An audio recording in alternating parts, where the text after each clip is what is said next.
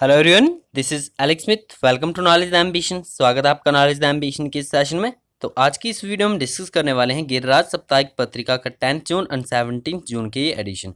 दोनों को एक साथ डिस्कस करेंगे। 10 जून और 17 जून 2020 के जितने भी महत्वपूर्ण प्रश्न बनते हैं गिरिराज साप्ताहिक पत्रिका से, तो उन्हें हम इस वीडियो में डिस्कस करने वाले हैं। वीडियो को एंड तक जरूर देखना है। हिमाचल प्रदेश कला साहित्य अकेडमी द्वारा जो भी इंपॉर्टेंट अवार्ड्स की घोषणा की गई है, साथ ही में गिरिराज साप्ताहिक पत्रिका में दिए गए सामान्य ज्ञान प्रश्नों को भी डिस्कस करेंगे, तो वीडियो को एंड तक जरूर देखना है।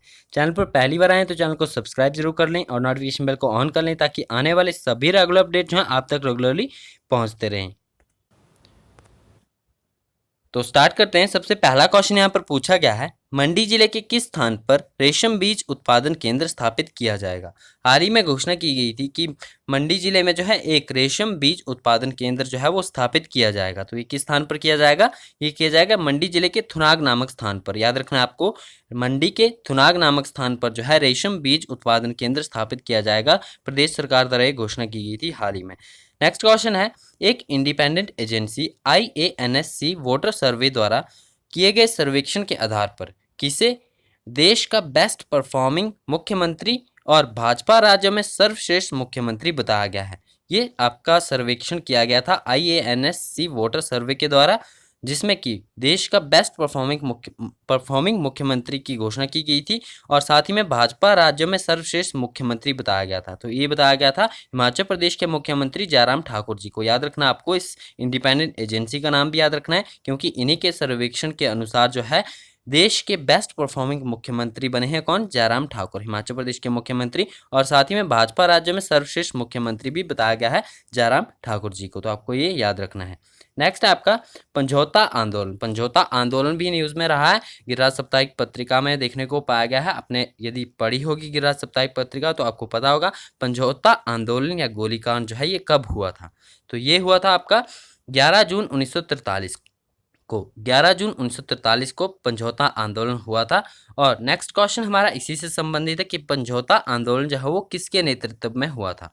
तो ये भी आपको पता होना चाहिए। समझौता आंदोलन से संबंधित हम क्वेश्चंस आपके हिमाचल वंडरलैंड MCQs की सीरीज में कई बार डिस्कस कर चुके हैं। समझौता आंदोलन 11 जून 1943 को हुआ था और समझौता आंदोलन जो था वो वैद्य सूरत सिंह के नेतृत्व में हुआ था। तो ये आपको याद रखना है।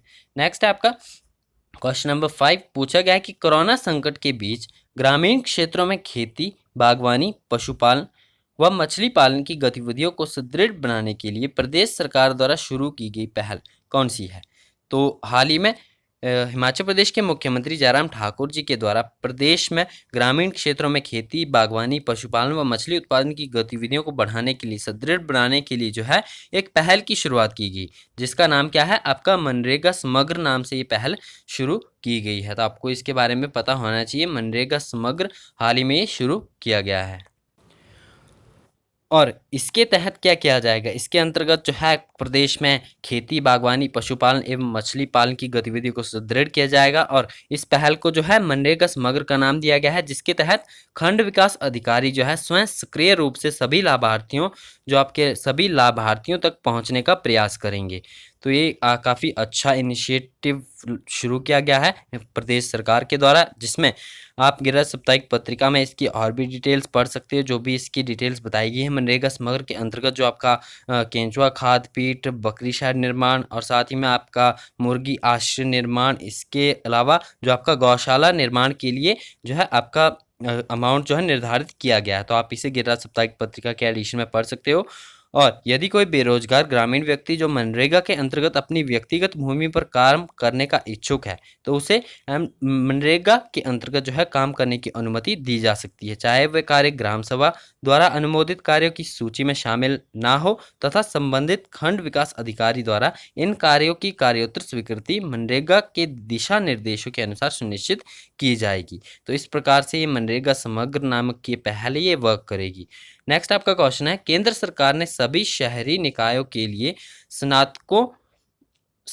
निकायों में नए स्नातकों को प्रशिक्षण की सुविधा प्रदान करने के लिए टूलिप नामक प्रोग्राम आरंभ किया है। टूलिप का पूरा नाम क्या है? तो ये भी आपको गिरिराज साप्ताहिक पत्रिका में देखने को मिल जाएगा। ट्यूलिप योजना से आपके जो शहरी युवा है जो हैं वो लाभान्वित होंगे। इसी प्रकार से ये न्यूज़ रही है। और हिमाचल प्रदेश की शहरी विकास मंत्री श्रीमती सरवीण चौधरी के द्वारा बताया गया है कि केंद्र सरकार ने जो है शहरी स्थानीय निकाय के स्नातकों के लिए स्नातकों को प्रशिक्षण की सुविधा प्रदान करने के लिए टूलिप नामक प्रोग्राम आरंभ किया है। तो टूलिप का पूरा नाम आपको पता होना चाहिए। इसका कंप्लीट जो पूरा नाम आता है वो आता है the urban learning internship programme. ये केंद्र सरकार द्वारा शुरू किया गया है, जिसके तहत शहरी युवाओं को लाभान्वित किया जाएगा। तो ये ट्यूलिप योजना आपको याद रखनी है, इसका पूरा नाम याद रखना है, the urban learning internship programme. Next है आपका क्वेश्चन नंबर 7। पूछा गया कि हिमाचल कला संस्कृति भाषा अकेडमी द्वारा प्रदान किए जाने वाले वर्ष 2017 व 2018 के शिखर सम्मानों की घोषणा की गई है। इनमें प्रत्येक शिखर सम्मान राशि कितनी होगी? तो जैसा कि आपको मैं वीडियो की शुरुआत में बता चुका हूं कि हिमाचल कला संस्कृति भाषा अकादमी द्वारा जो है वर्ष 2017-18 के लिए शिखर सम्मानों की घोषणा कर दी गई है। इसमें प्रत्येक जो शिखर सम्मान राशि रहेगी, यानी प्रत्येक जो आपका शिखर सम्मान है उसकी जो सम्मान के लिए राशि निर्धारित की गई है वो की गई है 1 लाख रुपए। प्रत्येक शिखर सम्मान के साथ जो है 1 लाख रुपए की राशि प्रदान की जाएगी विजेता को।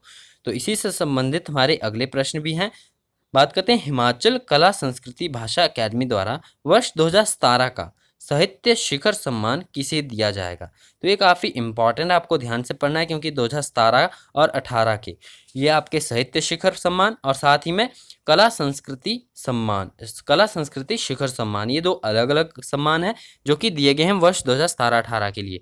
तो जो वर्ष 2017 का साहित्य शिखर सम्मान है वो किसे दिया जाएगा?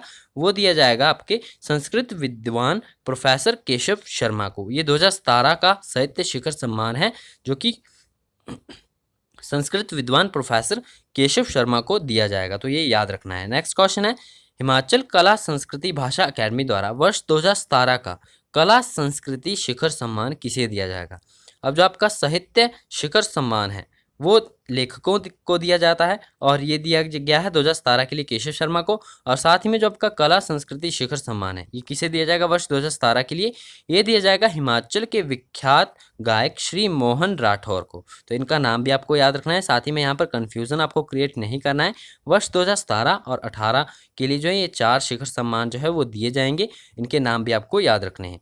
तो जो आपका कला संस्कृति शिखर सम्मान है 2017 के लिए वो दिया जाएगा विख्यात गायक श्री मोहन राठौर को। नेक्स्ट आपका क्वेश्चन है, पूछा गया कि हिमाचल कला संस्कृति भाषा अकादमी द्वारा वर्ष 2018 का साहित्य शिखर सम्मान किसे दिया जाएगा? तो ये वर्ष 2018 का साहित्य शिखर सम्मान है, ये दिया जाएगा लेखक डॉक्टर ओसी हांडा को। डॉक्टर ओसी हांडा को हम कई बार डिस्कस कर चुके हैं, इनकी काफ़ी फेमस आपके राइटर हैं।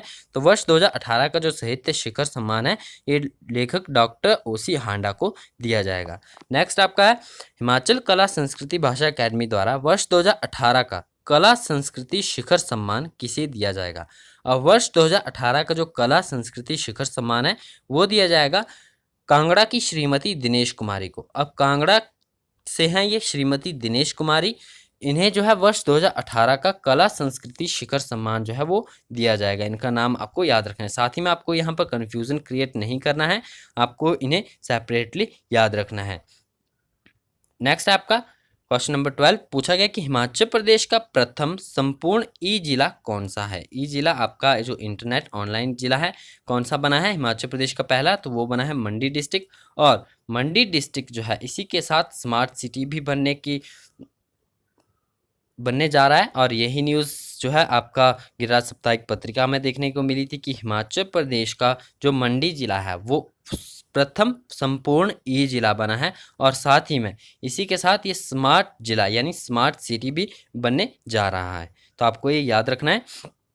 साथ ही में बात करें मंडी में जन सुविधा पोर्टल की भी शुरुआत की गई है और पहला ई जिला बनने के बाद अब मंडी जो है वो स्मार्ट जिला बनेगा, इसी की शुरुआत की गई है मंडी जिला में।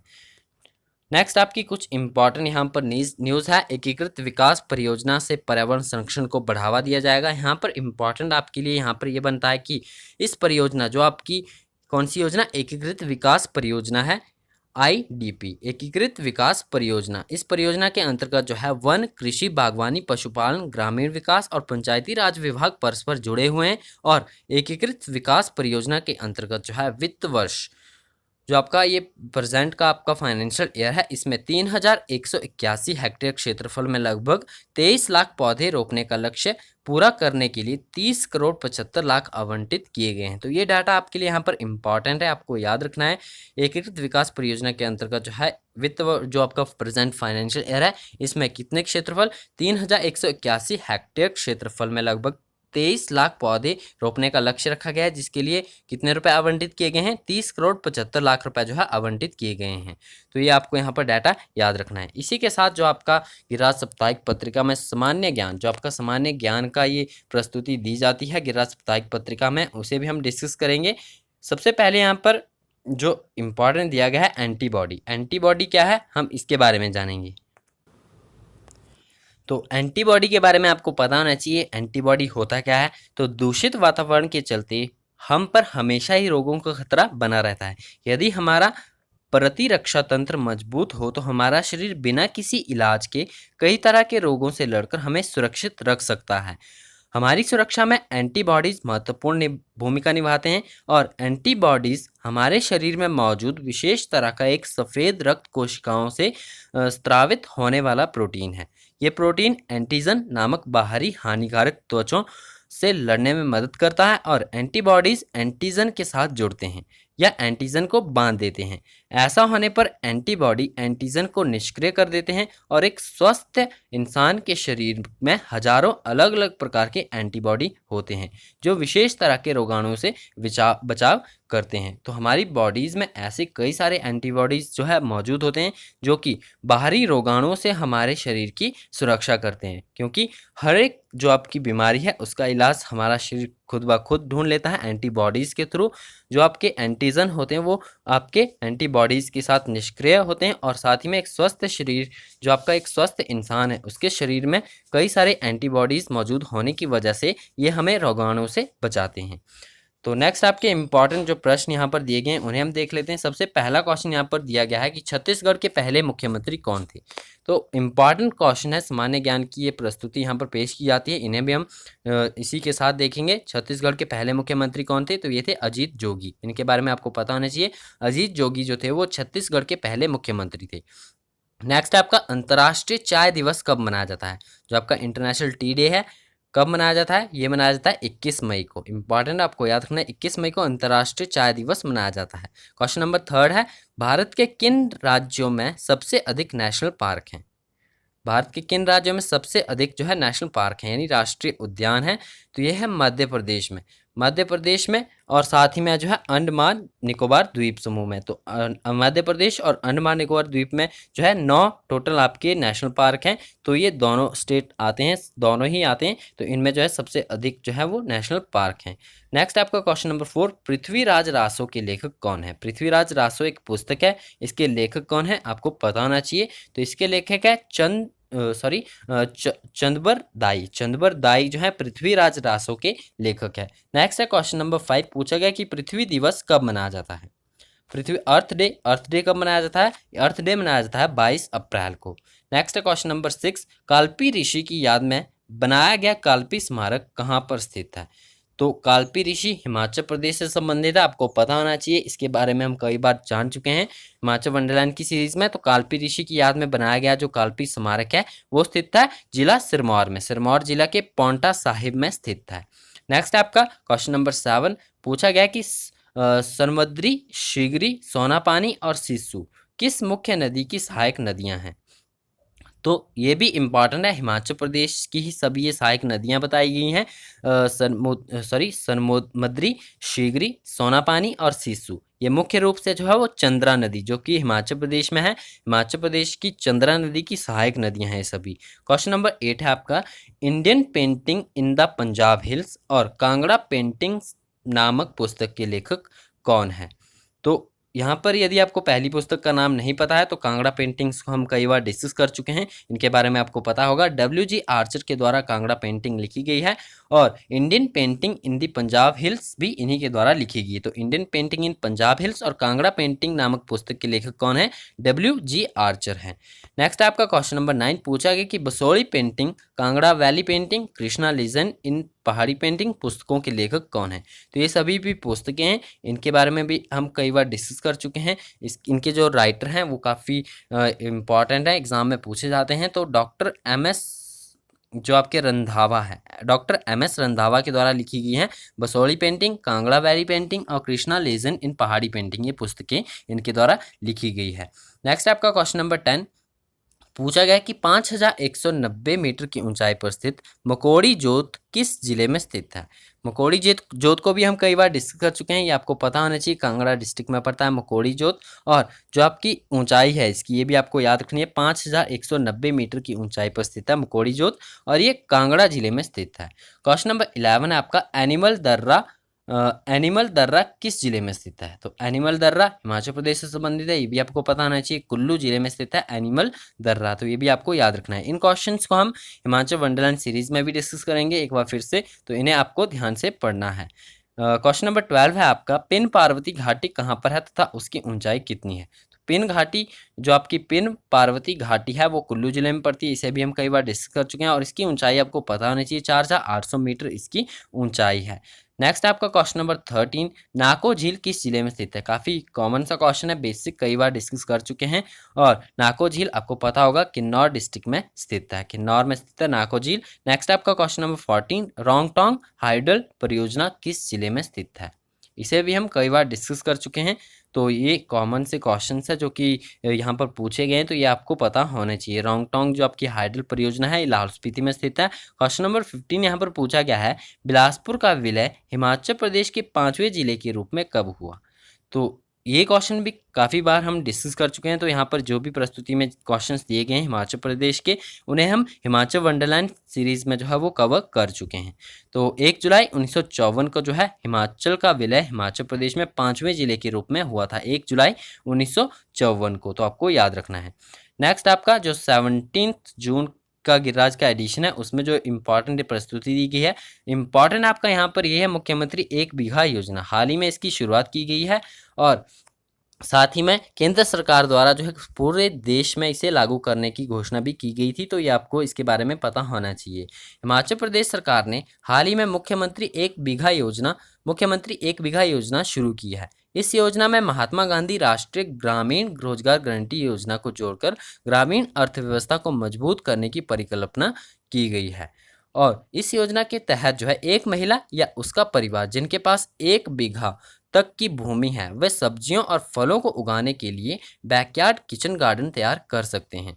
इस योजना में जो है 5000 स्वयं सहायता समूहों के माध्यम से लगभग 1.5 लाख महिलाएं शामिल होंगी। महिलाओं के कौशल को बढ़ाने के लिए उन्हें प्रशिक्षण दिया जाएगा। पहाड़ी भूमियों को समतल करने, पानी को चैनलाइज करने, वार्मिंग कंपोस्ट पिट स्थापित करने और पौधों और बीज खरीदने के लिए अनुदान दिया जाएगा। तो इन्हें हम पहले भी डिस्कस कर चुके हैं मुख्यमंत्री 1 बीघा योजना को, तो इसके बारे में आपको ये जानकारी होनी चाहिए।